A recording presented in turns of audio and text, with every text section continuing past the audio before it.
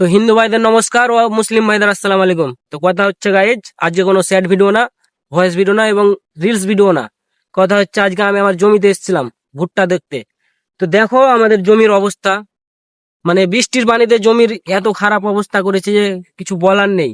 শুধু আমার না, অনেকের জমির এরকম অবস্থা। তো কি বলবো, এত দুঃখের বিষয় যে শুধু এটা জমিতে না, অনেক জমি আছে এরকম পানিতে ভেসে যাচ্ছে। তো এখানে আমরা মাছ মাছ চাষ করবো না ভুট্টা চাষ করবো বলেন? তোমরাই বলো, কিছু বলো তো কাফি।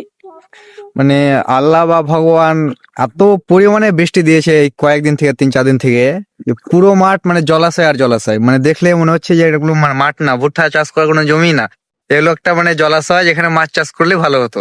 তো তোমাদেরকে আমি শেষে দেখাবো অবশ্য যে কতটা করে জল জমে আছে, কোথায় কোথায় জল জমে আছে, পুরো মাঠে না কোনো কোনো জমিতে।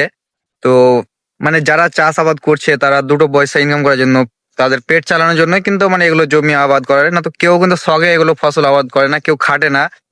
তো যাই হোক, যেই পরিমাণে বৃষ্টি হয়েছে, আমাদের যারা চাষিরা আছে বা আমাদের মতো যারা মানুষ আছে যারা খেটে খায়, জমি জায়গা করে খায়, তো তাদের কি অবস্থা হবে? মানে এত যে বৃষ্টি হলো, তো তারা এবার কি করবে? ভুট্টার এখন জমিতে যে 1 ঠাউনা করে জল আছে বা 1 হাত করে জল আছে, 1 হাঁটু গেড়ে জল আছে, তো এত জলে তো ভুট্টা হবে না। আবার ভুট্টার হলো না মানলাম, আবার যদি ভাবি যে হ্যাঁ 1 মাস পর জল শুকাবে তারপর লাগাবো, তো 1-1.5 মাস পর আবার জল শুকাবে কি, বৃষ্টি থামবে কি থামবে না, তারও কিন্তু কিন্তু কোনো গ্যারান্টি নাই। তো মানে কি বলবো ভাইরা, এতটা মন খারাপ হচ্ছে। যেমন আমার আছে মনে হয় 7 বিঘার মতো জমি, আমাদের আছে এর বোধ হয় 10-11 বিঘার মতো জমি আছে। তো আমাদের এতটি করে জমি আছে, তো আরো কত চাষি আছে বড় বড়, আরো কাদের আবার 50 বিঘা আছে, কাদের 40 বিঘা আছে, কাদের 10 বিঘা আছে, সবার একই অবস্থা। এগুলো তো মানে একবারে এলাকার মধ্যেই পড়ে, এগুলো এই আশেপাশে বাজারের। তো যেগুলো মাঠে আছে, বড় মাঠে আছে, নদীর ধারে আছে, ওগুলো তো মানে কি বলবো, 1 কোমর করে জল। কোনো জমিতে 1 কোমর, কোনো জমিতে মানে বুক করে জল, 1 গলা করে জল। তো সেগুলোতে মানে আশা করাই যাবে না যে আর ভুট্টা হবে সেখানে বা জল শুকবে, ওটা তো আর জীবনে করা যাবে না। কিন্তু একেবারে যেগুলো, পুরো বছরই লস। হ্যাঁ পুরো বছরই মার চলে গেলো এবার, মানে যেই পরিমাণে বৃষ্টি হয়েছে তাতে কোনোভাবে আর চাষ করা যাবে না, পুরো বেকার। মানে কি বলবো, এগুলো দেখে পুরো মাঠ যে দুদিন থেকে ঘুরছি, জল কাটাবো ভাবছি। তো কার জমিতে জল কাটাবো? সবার জমিতেই তো একই রকম জল। এবার আমার কোনো যদি পাশে একটা জমি আছে যে যেখানে জল জমে নেই, তো আমি যদি ভাবছি যে আমার জমি থেকে ওর জমিতে জলটা পাস করব, তো আমার কারণে কিন্তু সেও মার খাবে। তাহলে মানে কোনটা করা যায় এখন? কোনো উপায় আছে কি? তোমাদের জানা আছে এরকম কোনো উপায় যে আমার হ্যাঁ এটা জমিতেই করলে কি রাখতে দাও হবে? না, আমার জমিতেই রাখতে দাও। তোমাদেরকে দেখো, দেখাচ্ছি, এই জমিটা দেখো কতটা পরিমাণে জল, দেখছো গাইজ, 1 ঠাউনা করে জল, দেখতে পাচ্ছো? ভুট্টা বাহাল হয়ে গেছে কিন্তু আর বাহাল হওয়ার কোনো নাই, চান্স নাই। মানে ভুট্টার একেবারে পচে গাছ যাবে। প্রায় এরকম লম্বা হয়ে গেছে, কিন্তু জল থেকে এখনো উপরে উঠতে পারেনি, জলের নিচে দেওয়া পড়ে আছে এখন। মানে এই পরিমাণে বৃষ্টি হয়েছে, তো প্রচুর প্রচুর মন দুঃখের খারাপ বিষয় হচ্ছে, গাইজ, দুঃখের প্রচুর বিষয় দুঃখের এগুলো। বিষয়। তোমরা আহ, যারা জমিতে চাষ করো তারাই অবশ্য বুঝতে পারবা কত হ্যাঁ, যে কষ্ট। কতটা কষ্ট যারা জমিতে চাষ করে বা যারা দেখছো, যারা চাষি, আমাদের মতো চাষি, চাষাবাদ করে খাও, আমাদের মতো ফসল আবাদ করে খাও, তারা মানে বুঝতে পারে যে হ্যাঁ কতটা কষ্ট হচ্ছে এখন। এরকম পরিস্থিতির মধ্যে বললে কতটা কষ্ট হয়, কতটা দুঃখে হয়। যদিও এখানে আমরা কিছু করতে পারবো না, হয়তো কোনো মানুষ আমাদের জমিতে এভাবে জল দিলে হয়তো আজকে মারপিট, কাটাকাটি, কোবাকুবি অনেক কিছু হয়ে যেত। কিন্তু এটা ওপর আল্লাহর মার, ভগবান বা আল্লাহর মার, তো সহ্য করতে হবে, কিছু করার নেই। কিন্তু মানে দুঃখ যেটা যেটা কষ্ট হচ্ছে, মানে কি বলে বোঝাবো, মানে বোঝার ভাষাটা নেই যে শুধু তোমাদের যে আমি বলে বলবো আমার বোঝাবো। জমি আমার জমি না, অনেকের সবার একেবারে জমিতে এরকম। যত কৃষক আছে কিনা সবারই জমির এরকম অবস্থা। শুধু ওই যে আমাদের জৈনপুরে লাগাতে না, আমাদের সুকপাড়াতেও এরকম অবস্থা। আমাদের সুকপাড়াতে তো বুঝতে পারছো নদী আছে, নদীর কারণে আরো ওদিকে প্রচুর খারাপ। মানে জমির একেবারে কেমন হয়েছে কিনা তোমরাকে যদি ভিডিওতে ভালোভাবে দেখাই তাহলে বুঝতে পারবে, না হলে বুঝতে পারবে না। মানে শুধু যে এই জায়গাটা বলে এমনটা না, এটা হচ্ছে জৈনপুর হাই স্কুল যেখানে আছে, বাজার আমাদের জৈনপুরের মেন বাজার। তো জৈনপুরের পাশে যে মাঠটা আছে, যেটা লাউঢাব বলে চিনে অনেকে, তো এই জৈনপুর মাঠটাতে এই সাহেপাড়ার মাঠ। অবস্থা। তো এটা মাঠ তো ধরো মানে উঁচু, ওরকম নিচু না, বা আশেপাশে নদীও নেই।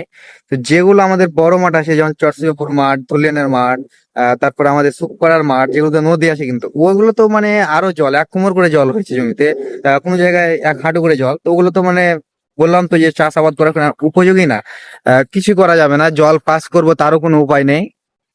তো তোমরা দেখতেই পাচ্ছ কতটা পরিমাণ জল। দেখো ভাই জমির অবস্থা দেখো, প্রচুর খারাপ, একবারে প্রচুর পরিমাণে খারাপ। কি বলবো তোমাদের, কিছু বলার নেই। শুধু আমার যে এরকম অবস্থা, আরো কত মানুষের অবস্থা, গরিব কৃষক, বুঝতে পারলা? গরিবের জন্য এরকম অবস্থা। আরো তো অনেক বড় বড় মানুষ আছে যারা তো জমিতে চাষ করে না, তারা বুঝবে না চাষের কি মর্যাদা, বুঝতে পারলা?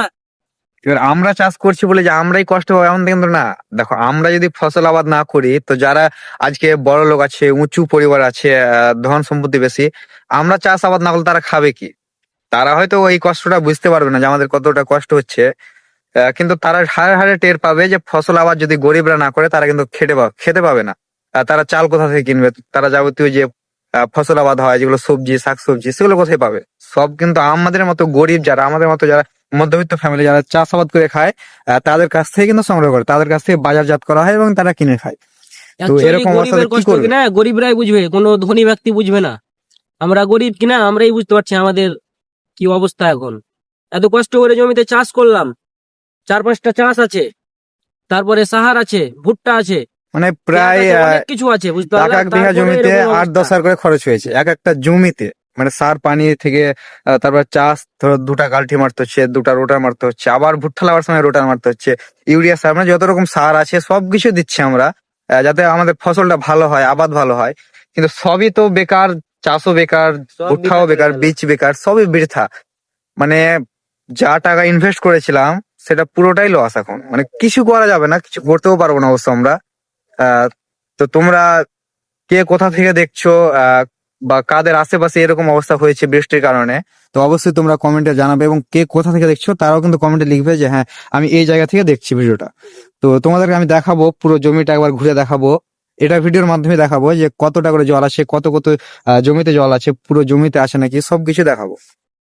আর কথা হচ্ছে গাইজ যে এই ভিডিওটা যারা অবশ্য অনেক দূর দূর থেকে দেখবে আমার ভিডিও, তো আশেপাশে যেমন জৈনপুর, মান্ডাই, সুকপাড়া, আলিমচর, বৈষ্ণবনগর, এই যে এই জায়গার লোকগুলো কিনা সব চিনতে পারবে। কেবিএস এইগুলো জায়গার লোক চিনতে পারবে। তা বাদে যে ধরো কালিয়াচক, মালদা, এসব জায়গার চিনতে পারবে না অবশ্য। না না, ওটা আশেপাশের গায়ের গ্রামের লোক কিনে ঠিকই চিনতে পারবে জমিটা, জায়গাটা কোথায়।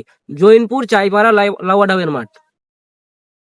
তো তোমরা দেখো ভিডিওটা, আর বেশি বেশি করে শেয়ার করো, যাতে ওই সব ধনী ব্যক্তির কাছে ভিডিওটা পৌঁছে যায়।